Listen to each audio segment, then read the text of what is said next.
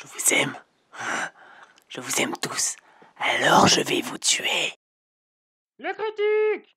Hey, j'espère que vous allez bien. Bon, comme vous pouvez le constater, on a changé de décor, mais ça on s'en bat les couilles. Et aujourd'hui on se retrouve pour la critique du Manoir. Enfin, de Le Manoir, pour être précis. Alors Le Manoir, eh bien qu'est-ce que c'est? C'est un film francophone qui raconte l'histoire d'un certain groupe de jeunes, d'étudiants, qui se retrouvent pour leur dernier nouvel an tous ensemble.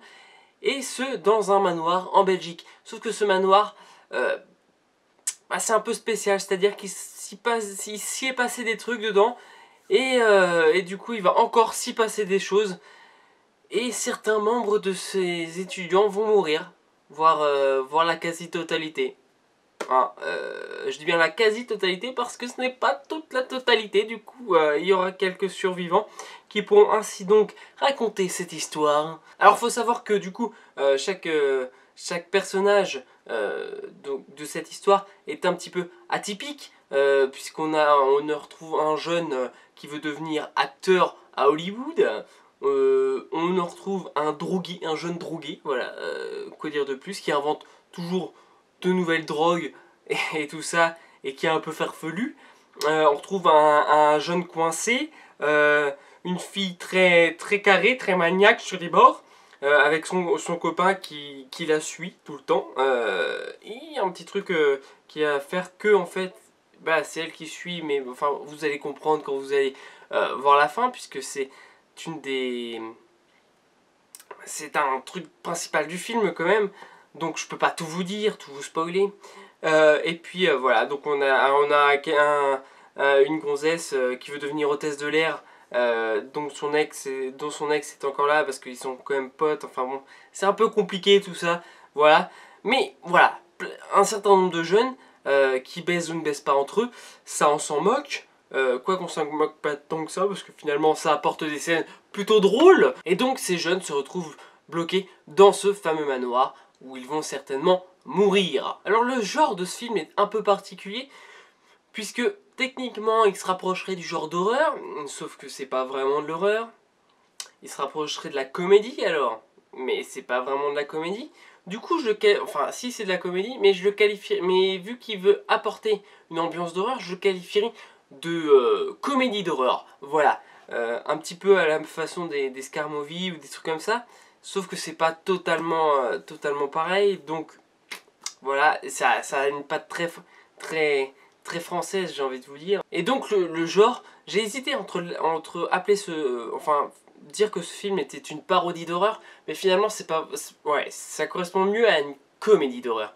Et ça, c'est important, puisque dans une comédie on rigole, et dans ce film on rigole presque tout le temps finalement. L'horreur est est présente, on essaye de nous mettre dans l'ambiance, mais finalement c'est pas tant présent que ça. Alors c'est un peu dégueu par moments, mais ça va, c'est du dégueu rigolo. Donc du dégueu rigolo, on est toujours preneur, et ça fait que on peut carrément... Oui, c'est une comédie finalement. Je suis en train de réfléchir en même temps que je vous parle. C'est une comédie, mais une comédie d'horreur, on va dire. Concernant le casting, eh bien il n'est pas piqué des hannetons comme diraient certains. Donc un casting presque exclusivement français déjà pour commencer.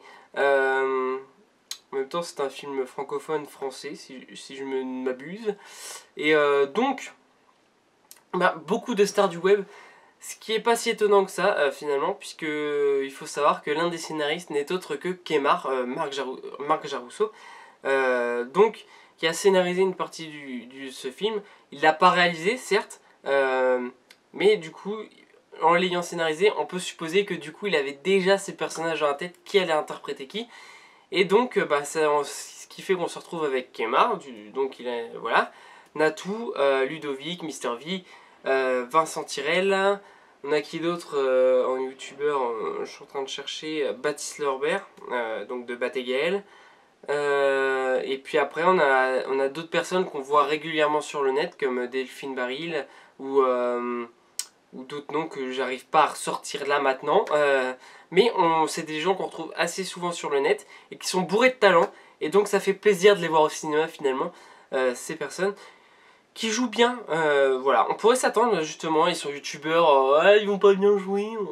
Non, ben non, ils jouent bien. Et de toute façon, on peut le voir, c'est-à-dire que le YouTube évolue constamment. Il y a des trucs toujours mieux sur YouTube.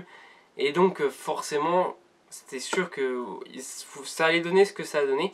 Et c'est cool, c'est très cool. Donc comme je le disais précédemment, c'est Marc Jarusso aka Kemar qui a scénarisé en partie ce film avec d'autres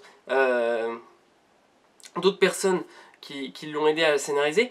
Mais ils ont décidé de laisser la réalisation à un réalisateur que je connais pas spécialement, qui s'appelle Tony Datis, ouais c'est ça. Et donc voilà, il a fait un très bon boulot. J'espère qu'on le reverra en tant que réalisateur plus tard. Je sais pas s'il a fait d'autres films, j'ai pas regardé spécialement. Peut-être que oui, peut-être que non. Mais du moins, je ne connais pas spécialement ce réalisateur, mais il a fait du très bon boulot. Et c'est ce qui est le plus important finalement, c'est qu'il a réussi à retranscrire, je pense, ce que les scénaristes avaient voulu. Et donc voilà, c'est le plus important. Donc en conclusion, ce film c'est une comédie, comédie d'horreur comme j'ai dit auparavant, qui est géniale. Je vous invite franchement à aller le voir parce que on s'éclate quoi, on s'éclate tout au long du truc. Et donc ça c'est cool, le fait qu'on... Voilà, on rit tout le temps finalement, on rit presque tout le temps. Alors il y a 2-3 moments où c'est un petit peu moins drôle. En fait non, il n'y en a pas, c'est tout le temps drôle. Donc il faut absolument que vous alliez le voir. Et à l'instar de la folle histoire du Palmacho qui avait fait un gros carton et qui était fait par par deux personnes venant du net, là c'est un peu pareil et on rigole tout le temps. Et je pense que c'est la preuve qu'il faut laisser la place plus ouverte justement à ces personnes qui viennent du net pour nos films de demain. Parce que finalement ça donne toujours des bons trucs, des trucs où on se marre. Et ça c'est le plus important, qu'on se marre. Donc voilà, donc je vous conseille fortement d'aller voir ce film. Et puis sinon, toi il te reste plus qu'à t'abonner en cliquant là, à partager la vidéo, c'est toujours important, à laisser un j'aime, et à regarder une autre de mes vidéos en cliquant ici. Et sinon, à plus!